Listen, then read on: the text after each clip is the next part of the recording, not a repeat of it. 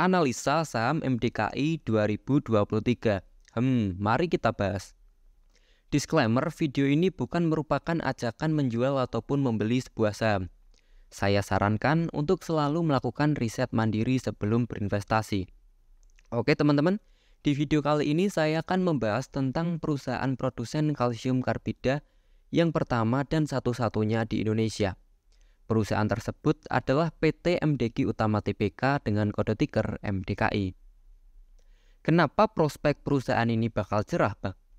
Karena produknya yaitu kalsium karbida merupakan bahan baku penting dalam proses pemurnian logam tambang seperti emas, nikel, tembaga, dan masih banyak lagi.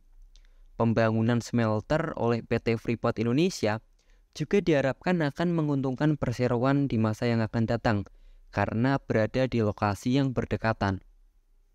Belum lagi terkait adopsi kendaraan listrik, teman-teman, yang membutuhkan nikel sebagai bahan baku baterai.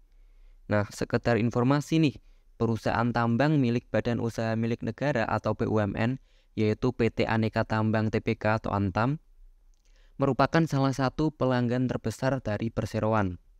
Wow, langsung saja kita masuk ke profil perusahaan. Jadi, PT MDKI Utama Tbk ini adalah perusahaan yang didirikan pada tahun 1981 oleh para pendiri grup PT Metropolitan Development dengan pabrik yang terletak di atas lahan 14 hektar di Driorejo, Gresik. PT MDKI Utama Tbk memulai produksi pada tanggal 1 Februari 1988. Perseroan dipercaya untuk memenuhi sebagian besar kebutuhan karbit di Indonesia. Jadi si MDKI ini adalah top of mind di bidangnya, teman-teman. Bahkan sebagian dari hasil produksinya sudah diekspor ke Jepang, India, Amerika Serikat, dan masih banyak lagi. MDKI juga mempunyai anak usaha, yaitu PT Airconco yang menangani bidang usaha produsen peralatan air conditioner atau pendingin ruangan. Nah, informasi terbarunya nih, perseroan juga menambah lini usaha baru di bidang industri mortar dan industri PCC. Penambahan lini usaha ini bertujuan untuk memanfaatkan sisa bahan baku yang tidak terpakai. Agar apa? Agar dapat dimanfaatkan menjadi produk baru dan merupakan bentuk efisiensi terhadap manajemen bahan baku. Ini adalah indikasi yang sangat bagus, teman-teman. Nah, kita akan masuk ke komposisi pemegang sahamnya. Untuk komposisi pemegang sahamnya adalah sebagai berikut dengan mayoritas kepemilikannya dipegang oleh PT MD Industri Investama selaku pengendali dan untuk porsi kepemilikan masyarakatnya adalah 14,2%, teman-teman. Yang kedua adalah lini bisnis dan produk. Yang pertama adalah kalsium karbida yang merupakan lini bisnis utamanya. Kapasitas produksi perseroan untuk unit bisnis kalsium karbida ini adalah sebesar 53.000 MT dan menyumbang pendapatan sebanyak 428 miliar loh. Yang kedua adalah lini usaha mortar. Untuk lini usaha ini adalah lini usaha terbaru dari perseroan yang disetujui pada Rapat Umum Pemegang Saham Tahunan atau RUPST pada Juni 2022 silam. Nah, mortar ini dibuat dengan memanfaatkan sisa bahan baku kapur yang tidak terpakai dalam produksi karbit. Kapasitas produksi perseroan untuk unit usaha mortar ini adalah sebesar 1.800 MT, teman-teman. Yang juga menyumbang pendapatan sebanyak 696 juta. Hal ini terjadi karena masih trial produksi dan pemasaran. Yang selanjutnya adalah lini usaha pendingin ruangan atau air conditioner. Nah, lini usaha pendingin ruangan ini meliputi manufakturing dan jasa yang berkontribusi dalam menyumbang pendapatan sebanyak 57 miliar. Yang ketiga, kita akan masuk ke kinerja keuangan perseroan. Untuk neraca keuangannya, dilihat dari ekuitasnya dan asetnya yang selalu bertumbuh menandakan posisi keuangan dari perseroan ini cukup bagus, meskipun liabilitasnya meningkat dalam 1 tahun terakhir. Bahkan jika kita lihat dari rasio hutangnya, perseroan bisa dibilang perusahaan yang sangat sehat, sebab aset lancarnya jauh lebih banyak ketimbang liabilitas jangka pendeknya.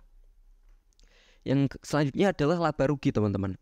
Untuk laba ruginya sendiri, perseroan mencatatkan penjualan yang terus meningkat, yang didominasi oleh penjualan domestik sebesar 436 miliar, jika dibandingkan dengan pendapatan ekspornya yang hanya 50 miliar.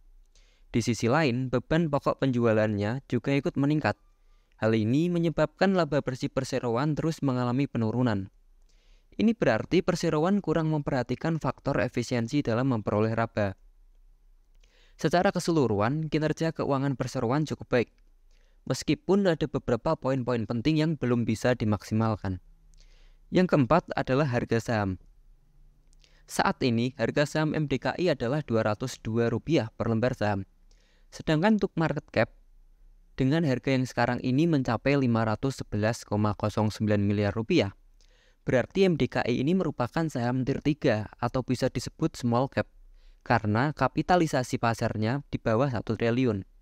Biasanya, saham yang masuk kategori small cap cenderung mudah digoreng dan dipermainkan oleh big player, teman-teman. Yang kelima adalah dividen. Perseroan rutin membagikan dividen sejak 2018. Untuk tahun 2023 ini, Perseroan membagikan dividen dengan yield 5% atau setara dengan Rp10 per lembar saham. Ini bisa dibilang lumayan jika kita bandingkan dengan return yang dihasilkan dari reksadana pasar uang. Yang terakhir atau yang keenam adalah valuasi dan harga wajar. MDKI mempunyai PBV sebesar 0,54 kali dan PER sebesar 9,68 kali. Yang berarti MDKI ini masih bisa dibilang undervalue. Jika kita hitung harga wajarnya menggunakan rumus EPS growth, maka harga wajarnya adalah Rp391 per lembar saham dengan margin of safety sebesar 48%, teman-teman. Sedangkan kalau kita hitung dengan rumus Benjamin Graham, maka harga wajarnya adalah Rp417 per lembar saham. Dengan valuasi yang masih murah dan prospek cerah ini, artinya peluang untuk bagger di saham ini sangat memungkinkan. Demikianlah analisa saya terhadap saham MDKI ini. Apakah teman-teman tertarik untuk berinvestasi di saham ini? Saya ingatkan untuk selalu melakukan riset mandiri sebelum membeli suatu saham, karena uang kalian adalah tanggung jawab kalian masing-masing. Saya di sini hanya menyajikan data untuk mempermudah kalian melakukan analisa dan tidak berniat sekalipun untuk pom-pom suatu saham. Terima kasih telah menonton. Jangan lupa tinggalkan like dan klik tombol subscribe. Tetaplah bijak dalam mengelola keuangan Anda.